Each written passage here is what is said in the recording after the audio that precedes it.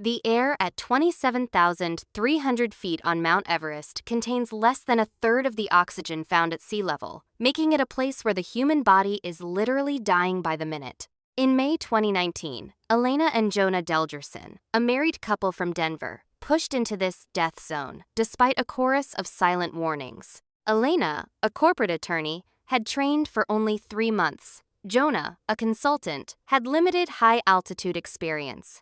Earlier in the season, senior guides had flatly refused to take them, citing a total lack of fundamental skills. However, the commercial pressure of Everest created a dangerous loophole.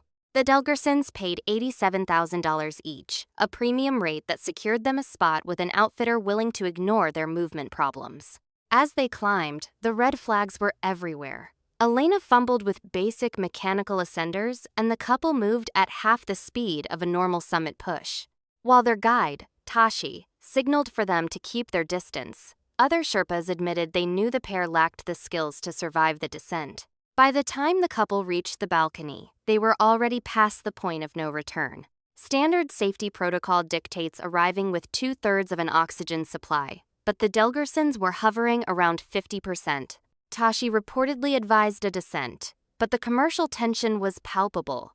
Clients who pay premium fees often refuse to turn around, and Sherpas depend on the tips and repeat business that come with a successful summit. The line resumed its upward crawl, slower than any push in recent memory. The bottleneck at 28,000 feet became the final catalyst for disaster. A 40-minute wait in -30 degrees Fahrenheit temperatures sapped Elena's remaining strength. Her knees locked, and she began to lean entirely on the fixed rope for support. When the line finally moved, her legs buckled completely.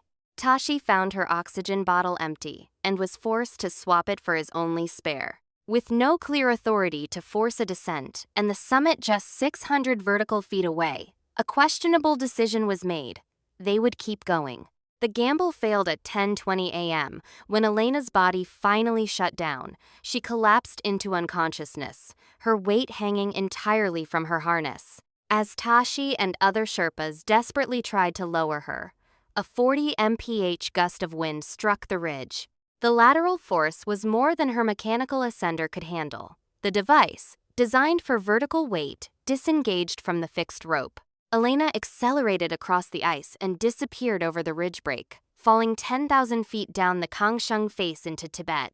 The tragedy didn't end with her fall. Jonah, witnessing his wife's disappearance, lunged toward the edge in a state of hypoxic shock. He refused to descend, standing motionless on the rope even after his own oxygen supply ran dry. Tashi, having given Jonah his own final bottle, could only watch as the consultant slowly succumbed to the thin air. Jonah died in a sitting position, still clipped to the line that was supposed to save him. The investigation concluded that while safety protocols were technically followed, the couple had been led into a trap built of their own inexperience and a commercial system that sold them a dream they couldn't survive.